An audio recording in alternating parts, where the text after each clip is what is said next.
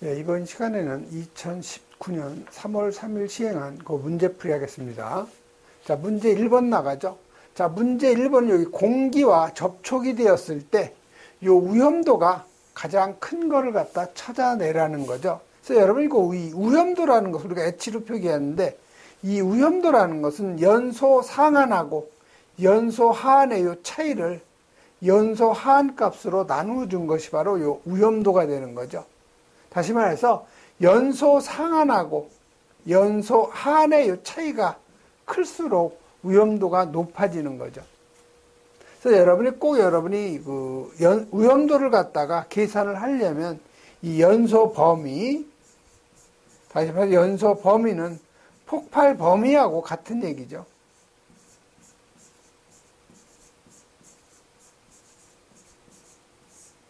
그래서 여러분이 연소 범위를 모든 물질의 연소 범위를 다 암기할 수는 없어요. 그래서 일반적인 여러분 에테르 같은 거, 에테르는 1.9에서 48%죠. 그다음에 여러분 수소 있죠, 수소. 수소는 4에서 75%라는 거. 그다음에 아세틸렌 이게 2.5에서 81%인가 그렇죠. 이런 정도는 여러분이 꼭 암기를 하고 있어야 돼요. 그래서 이 에테르의 위험도는 연소 상한하고 연소 하한 값의 차이를 하한 값으로 나눠주면 24.26이 나오는 거죠. 나머지도 다 똑같이 계산을 하면 돼요.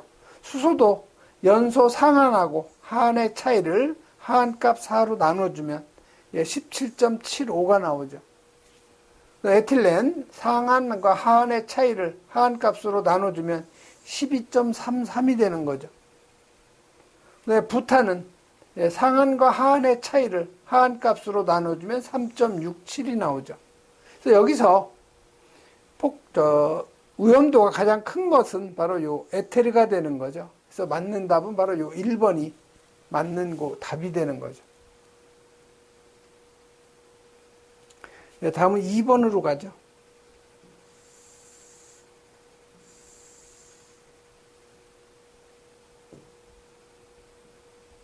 자, 2번은 면적이 1000제곱미터 이상일 경우엔 요 벽 및 처마야 밑에 이 연소할 우려가 있는 요 부분을 뭘로 해야 돼요? 요 방화 구조로 해야 되는 거죠. 그래서 여러분이 요 내화 구조하고 요 방화 구조, 요 차이점은요, 내화 구조는 화재에 견딜 수 있는 성능, 또 요 방화 구조는 화염의 확대를 이건 차단할 수 있는, 즉 연소 확대를 차단할 수 있는 구조를 우리가 방화 구조라고 하고, 화재에 견딜 수 있는 이러한 그 성능이 있는 구조를 우리가 내화 구조라고 하는 거죠. 그래서 여기 연소할 우려가 있는 부분을 방화 구조로 해야 되는데, 이때 연소에 우려가 있는 이 부분을 갖다 물어본 거죠. 그래서 여러분이 어떤 그 건물 같은 거 보시면요,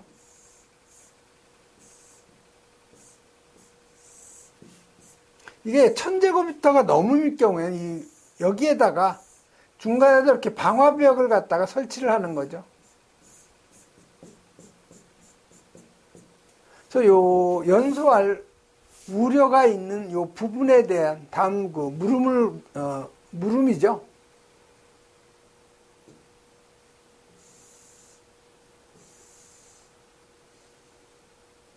그래서 맞는 거를 지금 찾는 건데, 이거는 1층일 경우에는 요 대지 경계선으로부터 여기에 예를 들어서 1층일 경우에는 벽까지 요 거리가 3m 이내를 연소할 우려가 있는 그 부분으로 보고요. 이게 만약에 2층 이상일 경우에는 이 거리가 5m 이내 부분, 이게 바로 연소할 우려가 있는 부분이죠.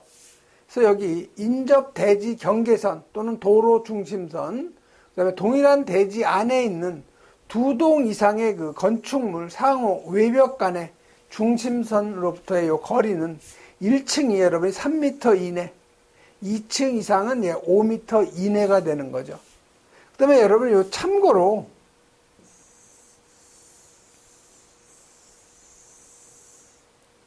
이 소방법에서 있죠.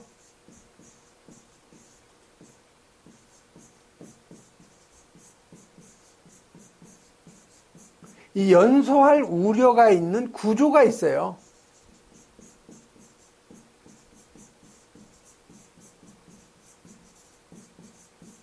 그래서 이 연소할 우려가 있는 이 구조는요, 두 건물이 있을 경우에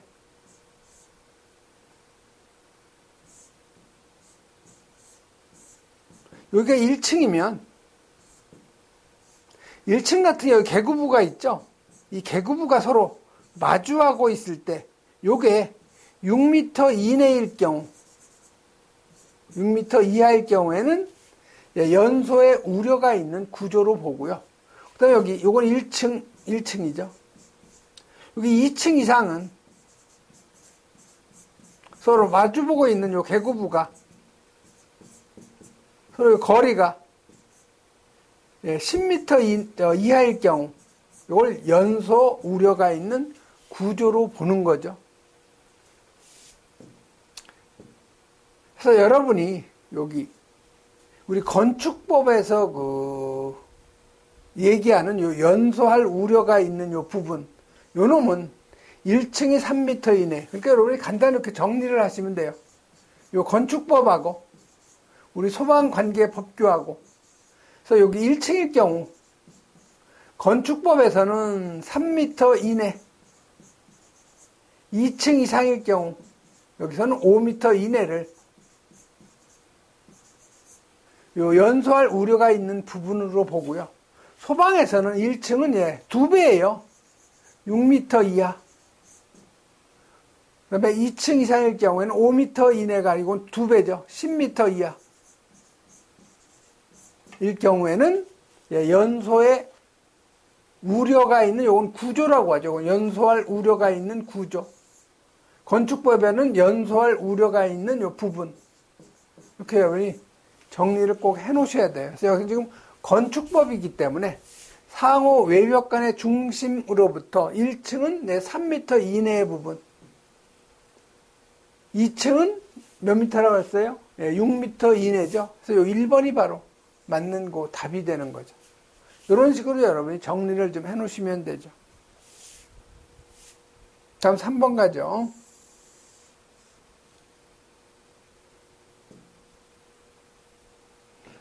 자, 이 3번은 주요 구조부가 내와 구조로 된 건축물에서 거실의 각 부분으로부터 하나의 직통 계단에 이르는 보행 거리는 피난자의 안전상 몇 미터 이하가 되어야 하느냐. 자, 여기 대부분 여러분 학교나 이런 그 건축물을 보면은 여기 계단이 있죠, 이쪽에. 직통 계단. 이쪽도 마찬가지 직통 계단이 있어요. 그럼 여기가 복도가 되겠고 여기 각실이 되는 거죠. 그래서 이 건축물이 내와 구조로 되어 있을 경우는 건축물의 요 각 부분으로부터 보행 거리가 요건 그 50m 이하가 돼야 되고요. 그 다음에 요게 피난층일 경우, 피난층 외의 층이죠. 다시 말해서 내화 구조가 아닌 경우죠.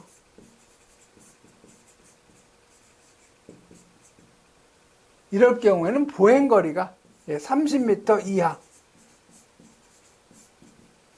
주요 구조부가 내화 구조일 경우에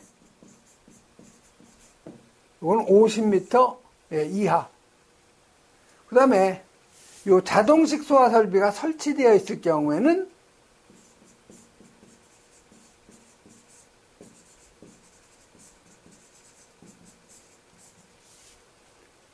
75m 이하. 이 세 가지를 여러분이 구분해서 정리를 해 놓으셔야 돼요. 피난층 외의 층은 보행거리에 30m 이하라는 거.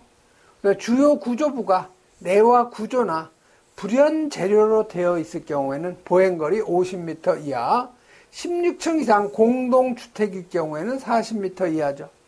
그다음에 스프링클러 등 요 자동식 소화 설비가 설치되어 있을 경우에는 보행거리 75m 이하인데 요 무인화 공장일 경우에는 100m 이하까지 할 수가 있는 거죠. 그래서 요거는 건축법인데 여러분이 꼭 암기를 좀 해 놓으셔야 돼요. 그래서 문제에서는 내화 구조로 된 건축물이고 보행거리 몇 미터냐고 물어봤으니까 50m 이하에서 1번이 바로 그 답이 되는 거죠. 다음 4번 가죠.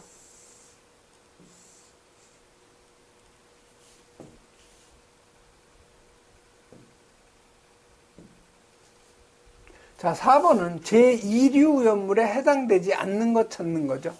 그래서 여러분이 이 2류 위험물은 이 위험물이 주로 시험에 많이 소방 언론에서 많이 나오는데 이건 암기를 하셔야 돼요. 그래서 2류 위험물 암기할 때는 황화린, 그다음에 정린, 유황이죠. 황적유, 그다음에 철분, 금속분, 마그네슘에서 철금마, 그다음에 인화성 고체에서 인이 되는 거죠. 그래서 요거의 그 지정 수량은 요건 1호천이죠. 1, 5, 천. 그래서 요 황적유는 100kg, 철금마는 500kg가 되는 거죠. 그래서 이류 염물에 해당되지 않는 거, 유황, 황이니까 요거 들어가죠. 그다음에 황화린 들어가죠. 여기 황이 황화린이고요. 여기 유가 바로 유황이에요. 또 여기 정린 있죠? 여기 정린에서 요 정린도 이류 염물에 해당이 되는데 요 황린은 몇류 염물에 요건 3류 염물에 자연 발화성 물질이죠. 그래서 요 4번이 바로 이류 염물에 해당되지 않는 3류 위험물이죠. 그래서 여러분이 나올 때마다 이렇게 위험물의 그 분명하고 요 지정 수량 같이 여러분이 꼭 암기를 해 놓으셔야 돼요. 그래서 위험물은 항상 2문제 내지 3문제는 항상 나오니까 비중이 상당히 큰 편이에요. 다음 5번 가죠. 자, 화재에 관련된 요 국제적인 요 규정을 제정하는 단체를 물어본 거죠. 그래서 1번에 여기 IMO라고 하는 것은 인터내셔널 매트리타임 해가지고는 해상의 뭐 그런 뜻이죠. 다시 말해서 국제해사기구예요. 오가니제이션 기구라는 얘기죠.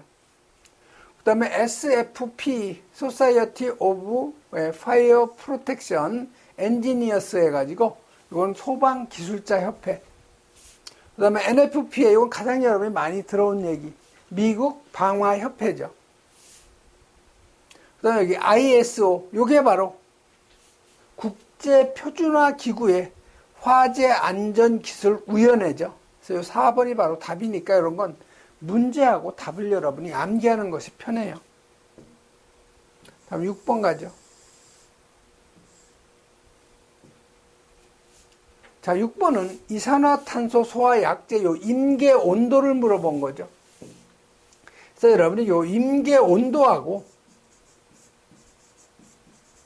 임계 압력,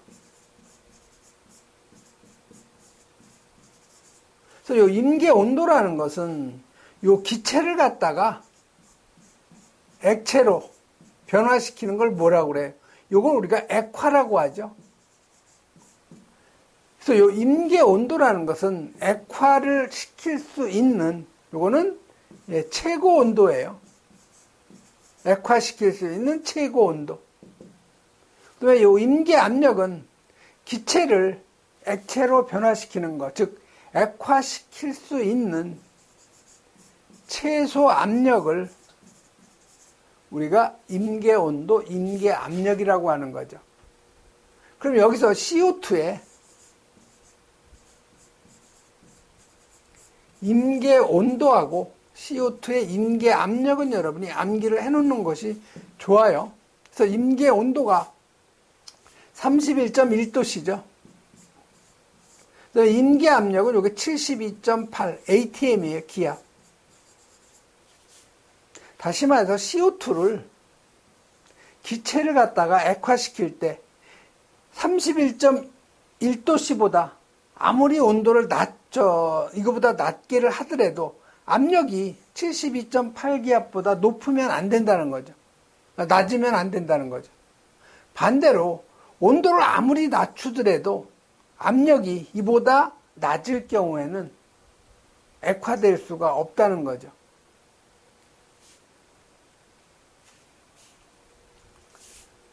그래서 요 CO2 소화약제의 임계 온도는 31.1도시고 요 임계 압력 꼭 같이 여러분이 암기를 하셔야 돼요. 72.8 atm이라는 거. 다음 7번으로 가죠.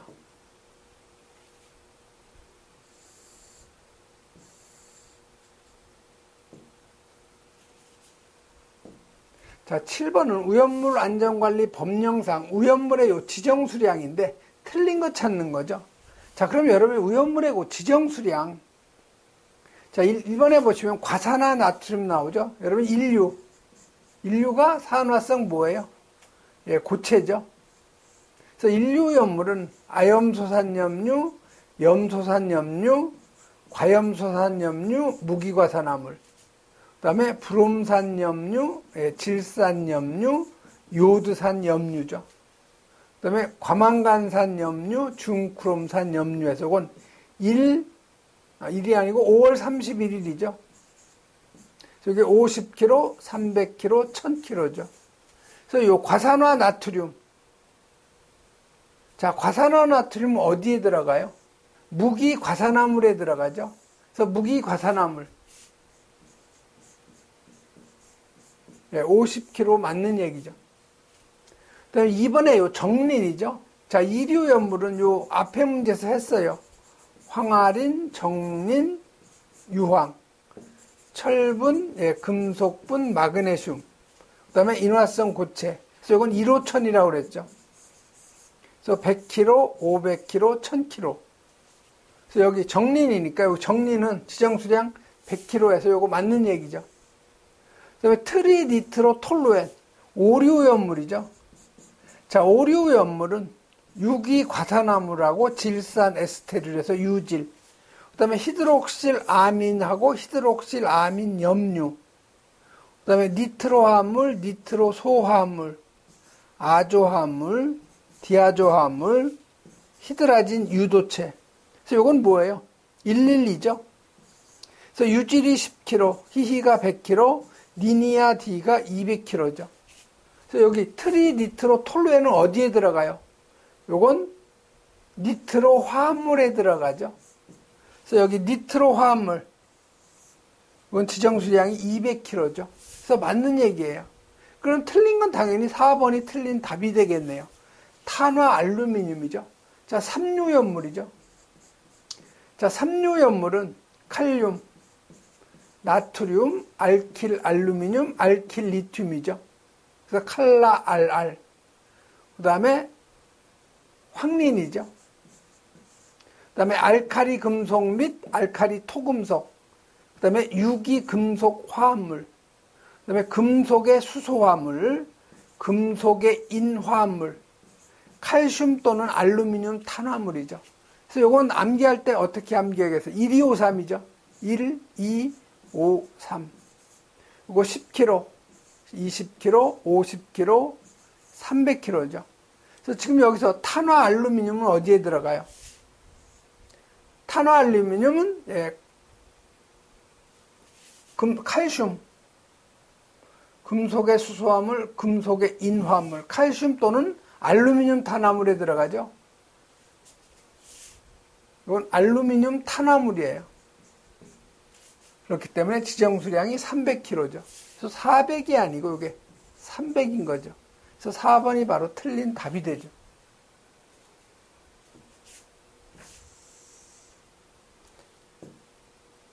다음은 8번 가죠. 자, 물질의 취급, 위험성에 대한 그 설명인데 틀린 거 찾는 거예요. 틀린 거. 자, 융해열은 점화원이다. 근데 융해열이라는 게 뭐예요? 융해열. 자, 융해열이라는 건 여러분이 얼음을 생각하면 돼요. 0도씨 얼음을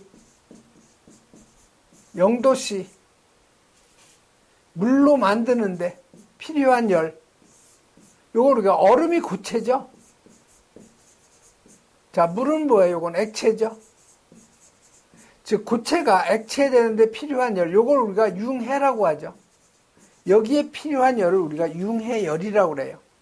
즉 0도씨 얼음이 0도씨 물이 되는데 필요한 열이 얼음 1g을 0도씨 얼음을 0도씨 물로 만든 데는 80칼로리의 열이 필요한 거죠. 이게 바로 얼음의 융해열이에요. 그래서 이런 그 융해열은 점화원이 될 수가 없는 거죠. 이게 시험에 잘 나오는데요. 점화원이 될 수 없는 게 여기 시험에 잘 나오는 것이 이 융해열. 그다음에 이 기화열이 있죠. 이 기화열도 점화원이 될 수 없는 거죠. 온도의 변화가 없잖아요. 0도씨, 0도씨. 기화열은 100도씨. 물이 100도씨 수증기 되는데 필요한 열이죠.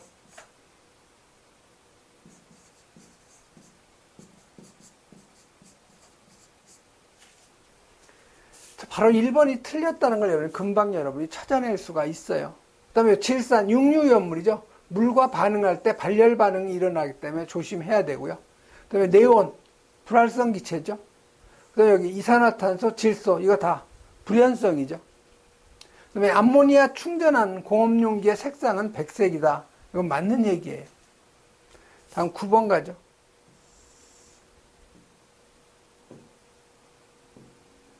자, 9번은 인화점이 40도씨 이하인 우연물을 저장 취급하는 장소에 설치하는 전기 설비는 방폭 구조로 설치하는데 용기 내부에다가 요 기체를 압입을 해서 압력을 유지하도록 함으로써 폭발성 가스의 침입을 방지한다는 거죠. 자, 이런 용기 안에다가 전기 기기를 집어넣고 이 우회를 뭘로? 기체로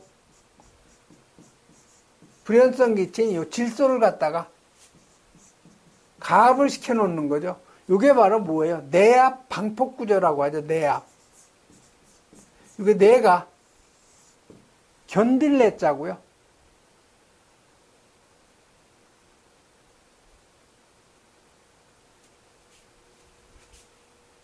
내압이 아니고 요거는 그 압력이죠. 압력. 요 가압시켰으니까 압력 방폭 구조에서 요 1번이 바로 맞는 답이죠. 즉 용기 내부에 요 압력을 갖다가 가압을 해서 외부에서 요 점화원이 용기 내부로 들어올 수 없도록 이렇게 한 것이 바로 압력 방폭 구조. 그래서 여기 유입 방폭 구조라는 것은 이 용기 안에 어떤 기기를 집어넣어 놓고요. 여기를 뭐를 채워 놓는 거예요? 기름으로 갖다 채워놓는 거예요. 이걸 우리가 유입 방폭 구조라고 하죠. 그 다음에 안전증 방폭 구조. 안전이 확실하게 확인된 구조죠.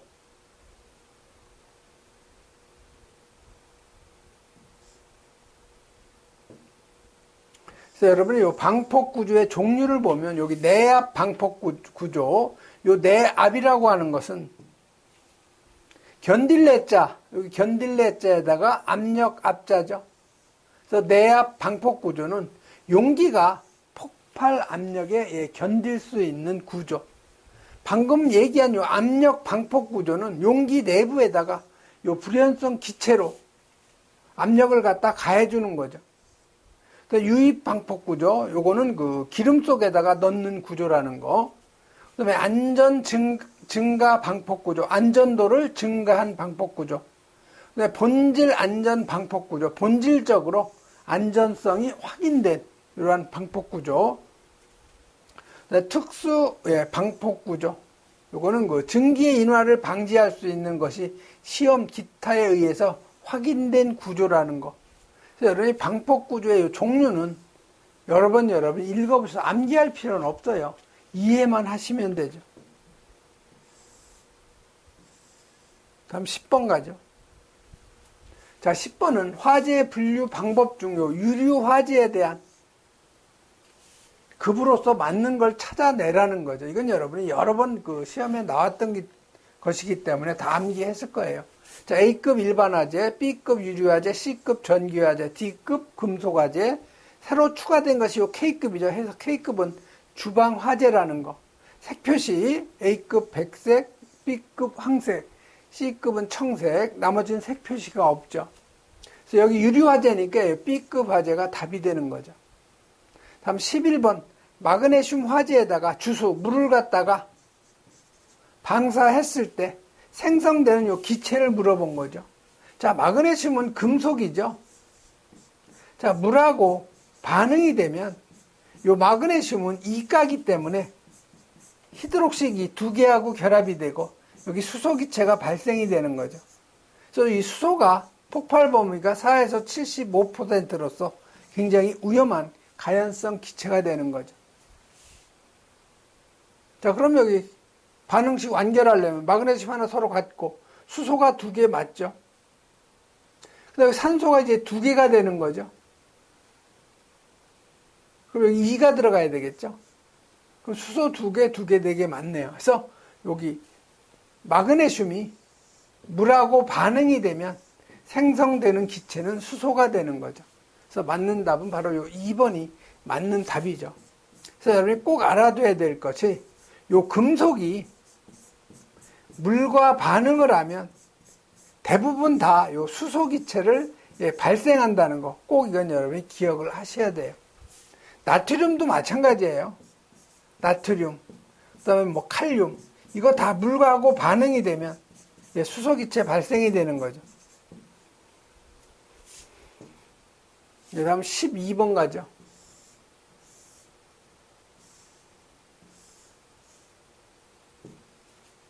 자, 12번은 물의 그 기화열이 539 칼로리 퍼 그램인 것은 어떤 의미인가 이렇게 물어본 거죠.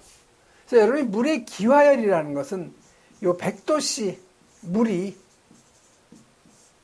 100도씨 수증기가 되는데 필요한 열. 자, 물은 뭐예요? 이건 액체죠. 자, 수증기는 기체죠. 자, 액체가 기체가 되는 걸 뭐라고 그래요? 이걸 기화라고 하죠. 즉, 기화하는데 필요한 열을 우리가 기화열이라고 하는데, 물이 기화하려면은 1g이 100도씨 물 1g이 100도씨 수증기가 될 때는 539 칼로리의 그 열이 필요한 거죠. 또는 1kg의 물이 100도씨 물이 100도씨 수증기가 될 때는 539 킬로칼로리의 열이 필요하다는 거죠. 같은 얘기예요. 여기 CGS 단위고 요놈은 MKS 단위죠. 그래서 기화열 539.6, 즉 539라는 것은 100도씨의 물 1g이 수증기로 변화하는데 필요한 열에서 요 4번이 바로 맞는 그 답이 되는 거죠.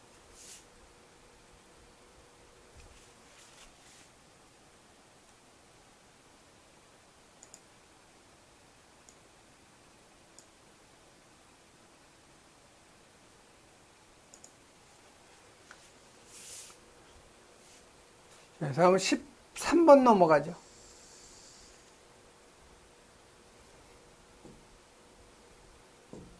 자, 13번은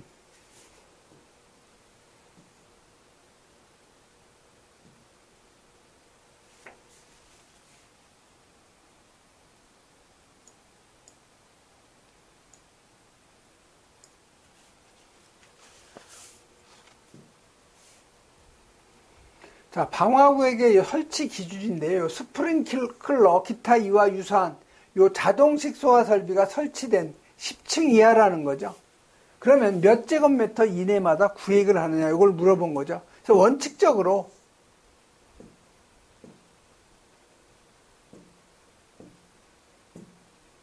요 10층 이하일 경우에는요.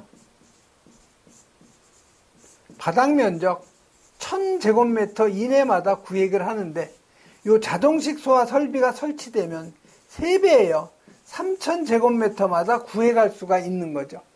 그래서 여기 스프링클러가 자동식 소화 설비니까 10층 이하일 경우에는 3000제곱미터 이하마다 방화구획할 수가 있는 거죠. 그래서 여러분 11층 이상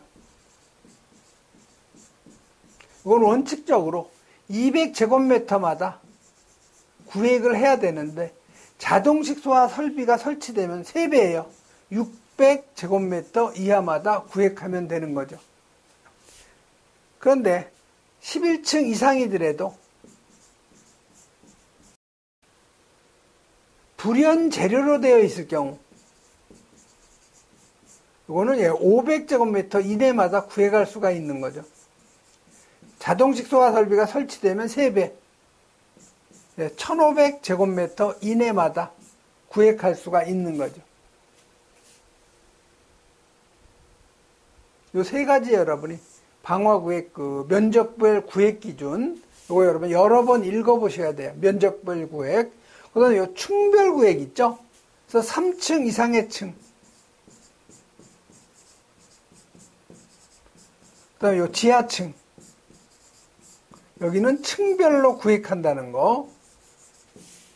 용도별 구획, 주요 구조부를 내화 구조로 해야 되는 부분하고 내화 구조로 안 해도 되는 이 부분은 서로 구획하는 걸 우리가 용도별 구획이라고 하는 거죠.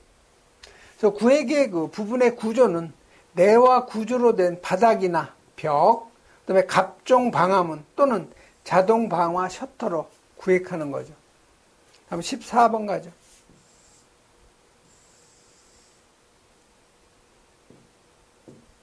자, 14번은 여기 불활성 가스에 해당되지 않는 거. 자, 수증기. 이거 불활성 기체 맞죠? 연소가 안 되는 불연성이죠. 자, 일산화탄소. CO는 뭐예요? 네, 요거는 가연성이죠. 자, 수증기는 불연성은 불연성이죠. 불활성은 아니죠. 불활성. 자, 우리가 불활성 기체라고 하는 것은요. 다른 물질과 화학적으로 반응하지 않는 물질 우리가 불활성이라고 그래요. 그래서 주기율표에 보면 18쪽 원소 있죠. 헬륨이나 아니면 네온, 그 다음에 아르곤, 그 다음에 크립톤, 그 다음에 요 크세논, 요게 바로 18쪽의 불활성 기체죠. 그래서 맞는 답은 바로 요 아르곤이 바로 맞는 답이고, 아세틸렌 요건 가연성이죠. 다음 15번 가죠. 자, 이산화탄소의 질식하고 여기 냉각 효과에 대한 그 설명인데 틀린 거 찾는 거예요. 자, CO2는 증기 비중이 산소보다 크기 때문에 가연물과의 그 산소 접촉을 방해한다. 이게 질식 효과죠. 자, 액체 CO2가 기화되는 과정에서 열을 흡수한다. 이게 냉각 효과죠. 그다음에 CO2는 요 불연성 가스로서 가연물의 연소 반응을 방해하는 거. 예, 질식해서 그다음에 냉각해서 연소 반응을 방해하는 거 맞는 얘기죠. 그다음에 4번에 CO2는 산소와 반응한다. 이게 틀린 거죠. CO2는 산소하고 반응이 안 되는 거죠. 그래서 4번이 틀린 거 답이 되죠. 그럼 16번 가죠.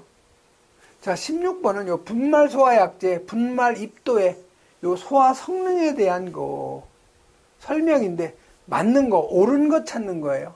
그래서 이 분말 소화약제는 미세도가 너무 가늘어도 안 좋고 너무 굵어도 안 좋아요. 적당해야 되는 거죠. 그래서 입도가 너무 미세하거나 아니면 너무 커도 소화 성능이 저하된다. 그래서 이 4번이 바로 맞는 거 답이 되는 거죠. 그래서 이 분말의 그 입도는 가장 좋은 입도는 20에서 25 마이크로미터 정도의 그 범위가 가장 좋다는 거. 이런 정도 여러분이 정리하시면 되죠. 다음에 17번 가죠. 자, 17번은 여기 화재 하중에 대한 설명인데 요 틀린 거를 갖다 물어본 거죠. 그래서 여러분이 요 화재 하중이라는 것은 바닥 면적 1제곱미터당 가연물의 양을 우리가 화재 하중이라고 그래요. 그래서 화재 하중을 우리가 Q로 표기하는데 요건 바닥 면적 1제곱미터당 가연물의 양을 갖다 얘기하는데 요거는 시그마 총 합계죠. 가연물의 총양에다가 가연물의 단위 발열량을 곱해준 거. 이게 바로 총 발열량이 되는 거죠. 이걸 뭘로 나눠준 거예요? HA. 그래서 A는 바닥 면적 제곱미터고 요 H는 목재의 단위 발열량이 얼마예요? 이게 4,500이죠. 자, 틀린 거 찾는 거예요. 화재 하중이 크면 단위 면적당의 발열량이 큰 거 맞죠? 화재 하중이 크다는 것은 화재 구역의 공간이 넓다는 거다. 이건 틀린 거죠. 화재 하중이 크다는 것은 바닥 면적당 가연물의 양이 많다는 거죠. 자, 화재 하중이 같더라도 물질의 상태에 따라서 가혹도는 달라지죠. 그다음에 화재 하중은 가연물의 총량을 목재의 중량당 비로 환산해서 면적으로 나눈 수치. 맞죠? 목재의 단위 발열량 A는 바닥 면적 나눠준 거죠.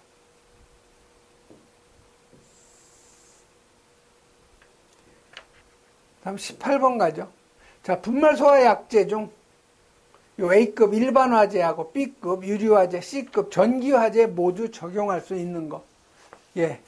바로 일종 분말 탄산수소 요 나트륨은 B급하고 C급 적용 가능하고요. 2종 탄산수소 칼륨 요것도 마찬가지로 B급하고 C급이죠. 3종 분말 제1인산 암모늄 요게 바로 A, B, C급 화재에 적응성이 있는 거죠. 그래서 맞는 답은 요 2번에 제1인산 암모늄 NH4H2PO4죠. 그래서 2번이 바로 맞는 답이 되는 거죠. 19번은 여기 증기 비중의 정의로 옳은 거. 증기 비중이라는 것은 그 물질의 요 분자량을 뭘로 나눠준 거예요? 공기의 평균 분자량 29로 나눠준 거죠. 그래서 맞는 답은 여기 2번이 바로 맞는 답이 되는 거죠.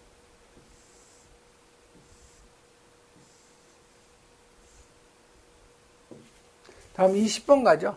자, 탄화칼슘이 화재 시에 물을 갖다가 주수했을 때 발생하는 그 가스로 오른 걸 물어본 거죠. 자, 탄화칼슘.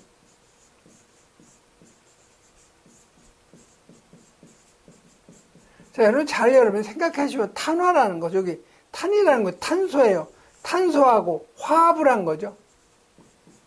탄소하고 화합한 칼슘, 우리가 탄화칼슘. 탄소가 D로 가죠. 탄소하고 화합한 칼슘. CaC2가 되는 거죠. 이게 탄화칼슘. 삼류염물이에요. 자, 요놈이 물하고 반응이 되면 Ca, 요거 몇 개요? 2가죠. 요거 2개하고 결합이 되고 무슨 기체가 나오겠어요? C2H2. 아세틸렌 기체 나오겠죠. 자, 반응식 완결하려면 Ca 하나 맞죠? 탄소가 여기 2개 맞죠? 자, 수소가 4개. 여기 2 들어가야 반응식이 완결이 되는 거죠. 그래서 생성되는 요 기체는 아세틸렌에서 요 1번이 바로 맞는 답이 되는 거죠. 그리고 여러분이 아세틸렌의 요 폭발 범위 2.5에서 81%라는 거 꼭 여러분이 암기를 해 놓으셔야 돼요. 이번 시간에는 여기까지 하겠습니다.